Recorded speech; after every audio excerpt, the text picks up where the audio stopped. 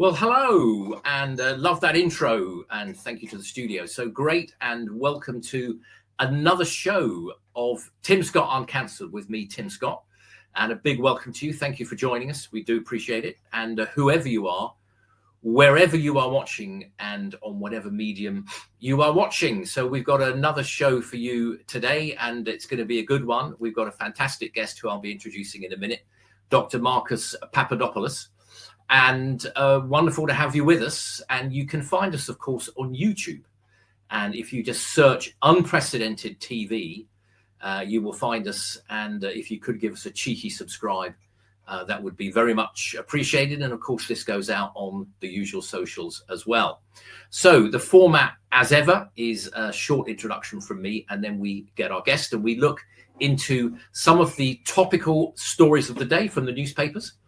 We go out and buy the newspapers so you don't have to, and we look through them and we get a bit of a range: the Guardian, the Mirror, the Telegraph, the Mail, try to get a bit of a broad spectrum of stories, and we get into the stories behind the headlines, and we always try and end on a bit of a humorous, bit of a light-hearted one. And actually today we've got an absolute cracker. I mean, if you made it up, nobody would believe you about the final story that we've got. So one constant theme of this show is, where is Britain? And I think for the first time in a long time, I am starting to not just be worried about our government. I mean, that is almost a given these days, whoever's in. But I'm actually starting to be, and I'm far from the only one, starting to be actually seriously worried about the state of our country and where we are going. So a constant theme of this show is how much Britain has going for it. But yet what a bad state we're in. And the bad state, and alongside the many advantages and pluses that we have, makes our bad state all the more infuriating, all the more unacceptable. And where we are today, I fear, is we're becoming a country that is increasingly difficult to govern. I won't say impossible, but becoming difficult to govern, fractious. I think we're a less cohesive, less trusting society. We're becoming a post-Christian society, and we had 14 years of the useless Tories, which have paved the way for the worse than useless Labour. So where are we? Over-borrowed, overspent, overtaxed. The economy is flatlining, low productivity. Immigration is way too high. The government are telling us, we're getting net immigration down, i.e. people coming in minus people leaving. Well, the only reason that net immigration is coming down is because so many people are leaving the country. Very, very worrying trends indeed. But on the plus side, Britain still has an awful lot going for us. We've got a fantastic history and heritage. We have more globally top-rated universities than the rest of Europe put together. And we have, folks, the English language. We take that for granted, but actually it's a great plus. So Britain is still very much in the game. We still punch above our weight, and we're not finished yet. Britain is still worth fighting for. Okay, enough from me.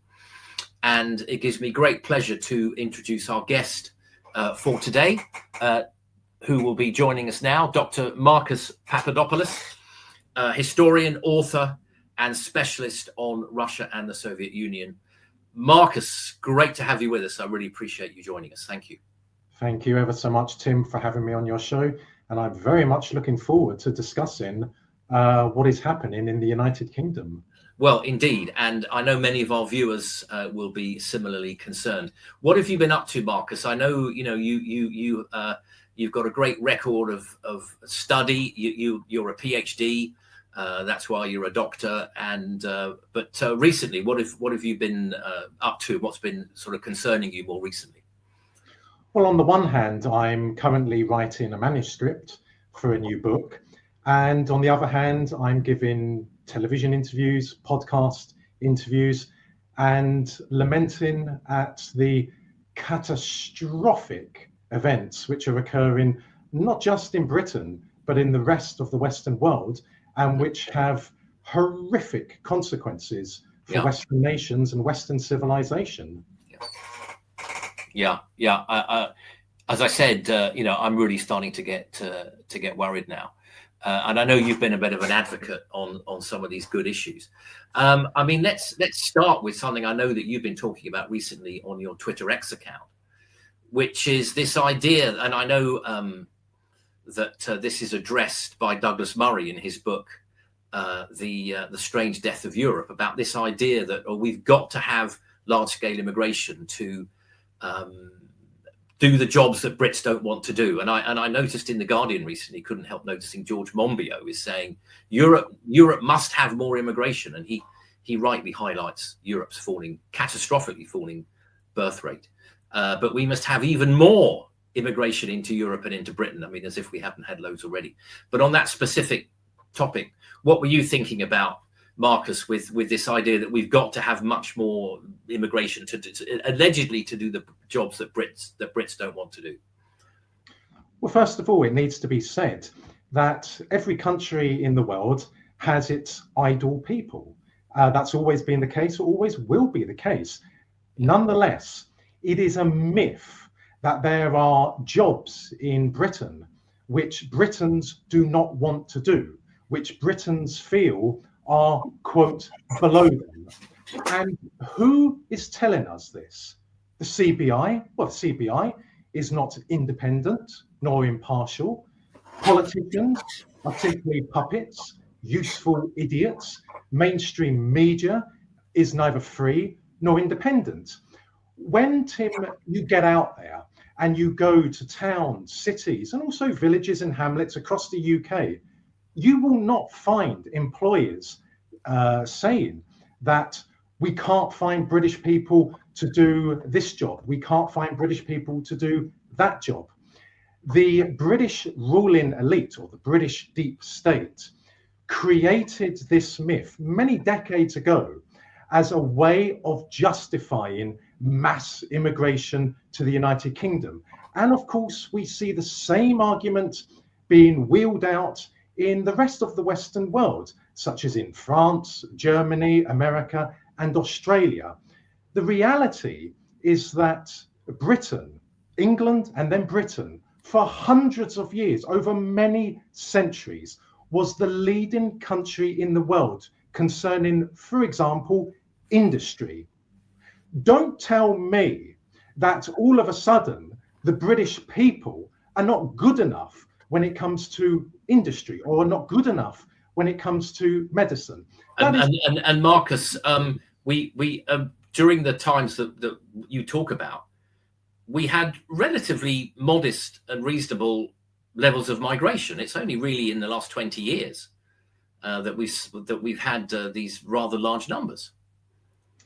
Yes, indeed. And I believe there is a very sinister ideological factor at play. I believe that the British ruling elites, the Western ruling elites as a whole, hate the Western nations. They hate our culture, they hate our religion, Christianity, and they hate our history. Why else would a ruling elite attempt to destroy a race's culture and replace it with multiculturalism? That's hardly evidence of a ruling elite who love their people, who love their culture. Because if you love your people, you love your culture. It's as simple as that. But there's also another dimension to this. I believe that this form of capitalism, and I use the word in a very loose way, I should probably describe it as oligarchic capitalism, is in very serious trouble. So I think whilst there's an ideological factor at play when it comes to mass immigration, I believe the British ruling elites and the Western ruling elites as a whole are attempting to bring in as much cheap labor as possible in order to ensure that this oligarchic capitalist system does not fall from power. Yeah. It's interesting. I think the form of capitalism or free enterprise we have at the minute, I mean, it's not a pure competitive form. And I think some of the criticisms from the left, I mean, I went to a debate recently at the London School of Economics, and they had Gary Stevenson, a critic of the wealthy and the rich. And I wouldn't agree with everything that he says, but I mean, he puts his case very well. And I think some of the criticism of the current form of capitalism that we have is not entirely wide of the mark. Marcus. Thank you for those comments. Well, let's move on to our first press story. And this is from the Times. Actually, I'm finding the Times quite good these days. And I think I quite like the tabloid format. It makes it actually quite easy to read. So our first story, and we must crack on because time marches on. But this is from the Times. Overcrowded jails could breach ECHR, Britain told. Britain is at danger of breaching its obligations to prevent inhuman, degrading treatment because of poor treatment of people in care homes, autistic patients and prisoners, and detained migrants, a watchdog has said. The annual report of the National Preventative Mechanism, that's another one of our 444 quangos that I've never heard of, says we must do far more to meet our commitments under the European Convention of Human Rights. Just generally, Marcus, what's your feeling on Britain's membership of the European Court of Human Rights? Well, Tim, I'm bewildered. If Britain is independent and sovereign, then surely our Supreme Court is supreme on British soil. Of course, the dark reality is that Britain is neither independent nor sovereign. I have neither the time nor day for the European Court of Human Rights. And my suggestion is this when it comes to overcrowding in British prisons. First of all, deport each and every foreign national who is serving time in a British prison, irrespective of the crime they have committed. Secondly, introduce a severe criminal justice system, which is backed up by a stern police force. And thirdly, turn prisons in Britain into Victorian style prisons. I believe, Tim, that my three suggestions would not only reduce overcrowding in British prisons, but would do a great deal to restoring safety and security to the British people when not only are they in their homes, but when they are out and about, for example, traveling on buses and trains. So you think we need a police force, not a police service? I believe we need a dedicated, professional, competent, and stern police force. A police force exists to protect the public, not to dance in parades, not to give the time, not to give directions, to protect the public, especially women and children. So that is why I say that prisons need to be overhauled, and so does the entire police force of the United Kingdom. Yes. A quick comment on trial by jury, Marcus. What are you thinking there? Well, the puppet Lammy was instructed by the British ruling elite to introduce that. And it is part and parcel of the British state or the British ruling elite giving more and more power to itself. This has been going on ever since, in particular, since the early 2000s. And 2030 is fast approaching. It's 4 years away. That is why we are seeing all of a sudden an escalation in this war which the British ruling elite is waging against us. Now, Keir Starmer says he's against it. What do you think? You don't believe him? How could you not believe Keir Starmer? Keir Starmer is not only a puppet, but he's also a pathological liar. He has said this as a way of trying to appeal to the British people, as a way of trying to say, I'm on your side, I have reservations, but the reality, Tim, is that it will be introduced. And he's the Prime Minister. Apparently, the Prime Minister is in control. The reality is that in monarchic Britain, the Prime Minister is simply the facilitator. At the heart of the British ruling elite is first and foremost the monarchy, followed by the aristocracy, then banking elites, financial elites, media barons, and so on and so on. So if he is against what the puppet Lammy has said, the puppet Lammy can be overruled. But of course, it won't be overruled. Yeah, you think juries are done for. Have you I'm just out of interest, really. Have you ever been on a jury? I haven't. I think it's a great system, although it does produce it can produce some perverse verdicts, like the Bristol statue that was torn down and all that sort of thing. But have you been on a jury? I have indeed. I've served on a jury twice. I fully support the concept and existence of a jury. Does it have weaknesses? Yes, of course it does. Yeah. But the problem is that if you have one person deciding, then there is a lot of risk that comes with that. But then the judicial system in Britain has been infiltrated, subverted, and wielded as a weapon against the British people. So every aspect of life in Britain, every key institution in Britain has been infiltrated, subverted, and wielded as a weapon. And I have to say this very quickly, Tim, that for many years now, long before the COVID story of 2020, I said that Britain is dead. And at the time, people said I was unpatriotic, which I'm not. Some people said I'm pessimistic, which I'm not. I am brutally realistic. Britain is dead. There is nothing normal about this country. But the British people are still in existence, and the British people still have an opportunity to prevail and to build a new Britain and to resurrect the good, the fantastic elements of the Britain that was systematically killed by the British ruling elites. Yeah, I mean, I said earlier, yeah, I'm very concerned about the future of our country. I wouldn't say we're dead, but I think it's going to take some turning round. And I do worry, really seriously worry about the future of our country. I wouldn't say we're dead, though, but I think it's going to take quite a long time to turn round. And there's a lot of concern there, Marcus. Okay, let's go to our next story. And you and I might slightly differ on this, Marcus, but that's fine. This is from the Daily Mirror. Prepare for war. NATO chief's Russia warning as sub is tracked in Channel. NATO chief Mark Rutte, former Prime Minister of Belgium, Holland, has told the West to prepare for war like our grandparents endured. Well, I don't think it can be that bad, surely.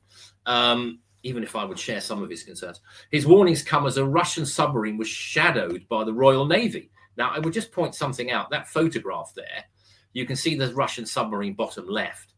Of course, they're entitled to come through. The British ship that is following it is in the background. That is not a warship. That is a tanker. I looked it up. That is actually RFA Tide Surge, Royal Fleet Auxiliary Tide Surge. We don't even have we have so few warships, have we now, that we have to send a tanker out to follow Russian submarines.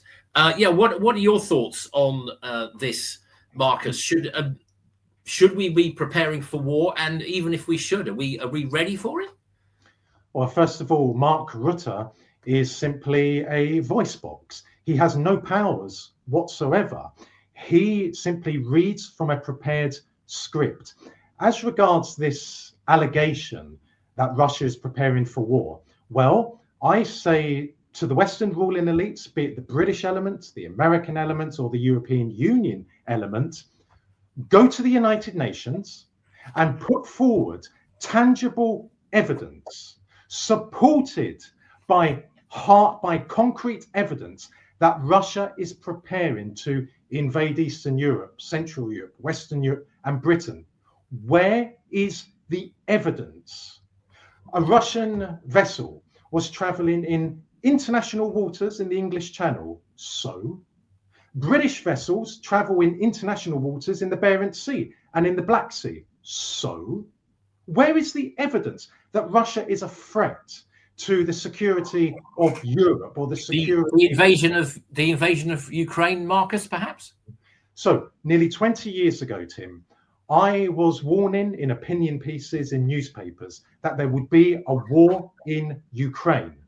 I said that because of NATO's expansionist and criminal nature, which it demonstrated in 1999 when it illegally bombed the Federal Republic of Yugoslavia, which not only breached international law, it breached Article 1 of NATO's own founding treaty, which stipulates clearly, quote, NATO will never use force to resolve a dispute. So as a result of NATO attempting to enclose the Russian Federation on its western borders, Russia would act. I said that, Tim, nearly 20 years ago. Interesting. People do not understand Ukraine.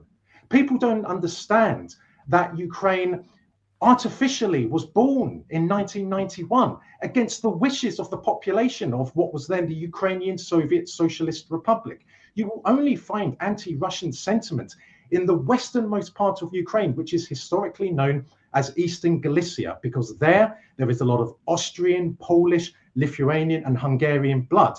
And most of the population there is Catholic, as opposed to Russian Orthodox. So there are cultural and national security reasons as to why the Russians entered Ukraine. But again, if British mainstream media has evidence that Russia intends to invade Britain, present it.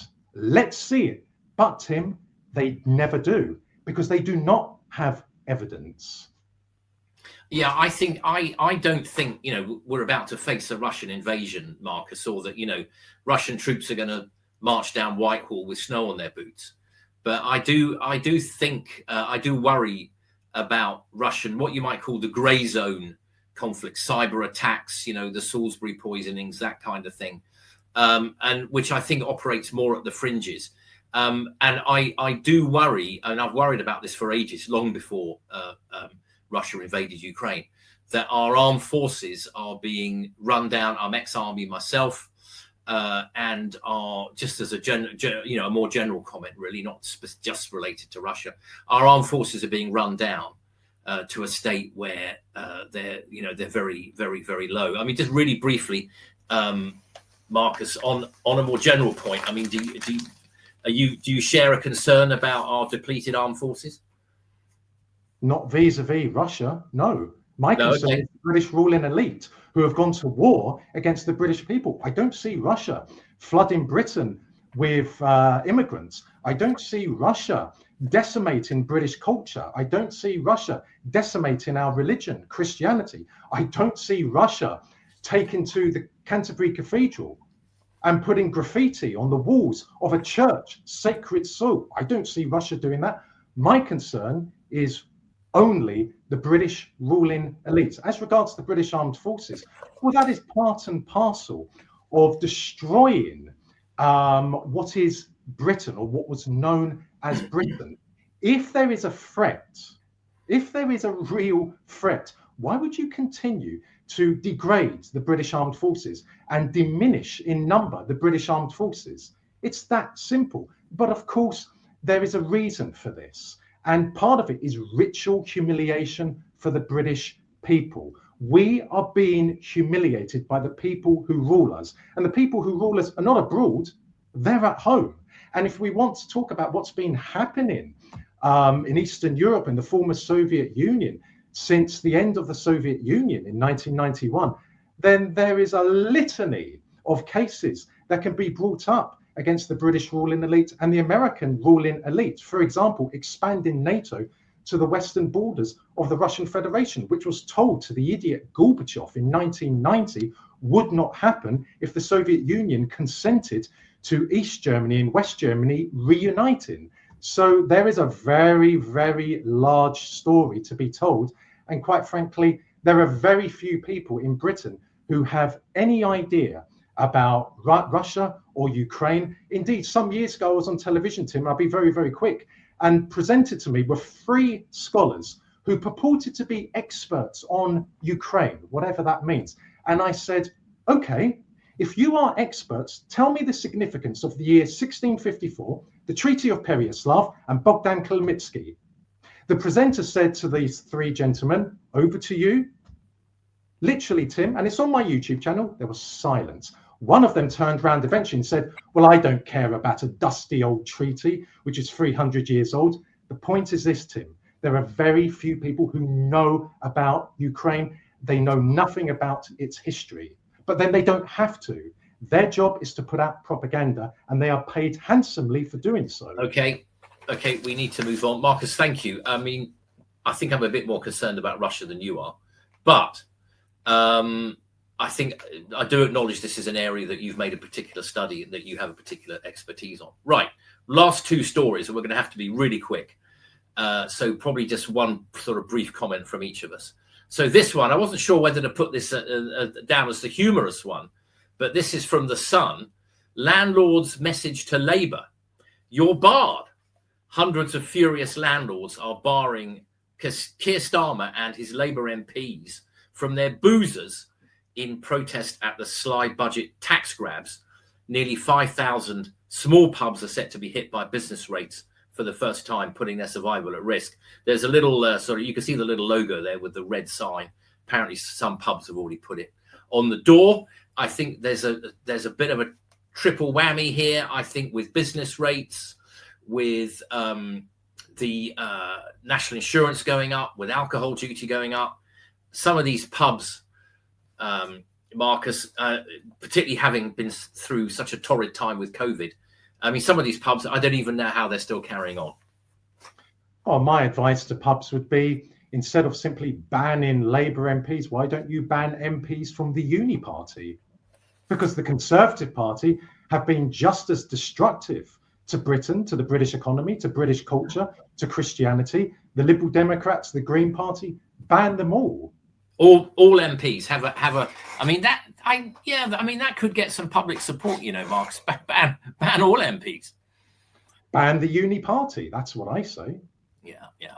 I think. I mean, I must say, I think I referred earlier to the useless Tories and the worse than useless Labour.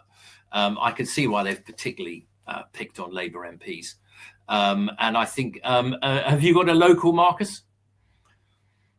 My local MP is now a Liberal Democrat. It was a Tory before. Oh yes, you're in one of the seats that went Lib Dem. And have you got a local pub? Oh, we have numerous pubs. Yes, I haven't. Not that I frequent on a regular basis pubs, but when I'm out and about, I will for sure look out for this badge. Yeah, I was very pleasantly surprised actually to go recently to the old Cheshire Cheese in Fleet Street in London, and to be able to buy a pint for £6.80.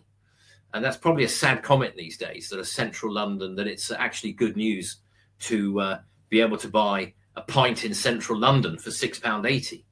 I mean, you know, there are pubs where you can pay £7, even up to £8 for a pint, which I think tells you something about that. Okay, so let's thank you, Marcus, and I think many of us would share our concerns. The smoking ban, I think, that has hit pubs as well. Okay, let's come to our final story. Now, as I said, I always try and put a sort of light-hearted one in at the end. And as I said at the top of the show, if you made this story up and wrote it, I mean, nobody would believe you. And this is the Peaky Blinders of Afghanistan. So in Afghanistan, 4 young Afghan men have been dressing up as the Peaky Blinders. Now, the Peaky Blinders on the BBC, it's been on the BBC here, but I don't know whether they can get BBC One. I think it was on in Afghanistan, but it's also been on Netflix. So, you know, that's interesting that they managed to sort of get hold of the show in the first place. So they've been, and the interesting thing is they've been arrested by the Taliban for being un-Islamic. I wonder what sort of fate would you imagine awaits them, Marcus? Well, I think that question should be probably put to the CIA chief and the MI6 chief. After all, when the Taliban came back to power a few years ago, days later, the CIA and MI6 chiefs flew to Afghanistan to sit down and talk with them. Why do I say that? Because the West never left Afghanistan. The West doesn't have to have a military force in a country in order to control it. It can control a country through controlling the civil service, through controlling NGOs, through controlling the economy. As regards to this story, I think it's a very sad story. I'm not at all surprised by it, but alas, there are some horrific people in existence in the world, and they are backed by the people who rule the Western world. So that is why I say the question should be put to the MI6 and CIA chiefs. Okay, Marcus, I think very interesting. I think not everybody will agree with you, but you've got a considerable expertise on some of the subjects of which you talk, and I do really appreciate you coming on the show. Actually, it's been quite an education, I think, and I found some of the things you've said very interesting. So let's wind the show up there. Our thanks to the studio. Thanks to Marcus for coming on. And you can find us on YouTube, as I said. Search for Unprecedented TV. And if you can give us a cheeky subscribe, all the better. And we'll see you next time on Tim Scott Uncancelled with me, Tim Scott. Thank you for joining us. Thank you for watching.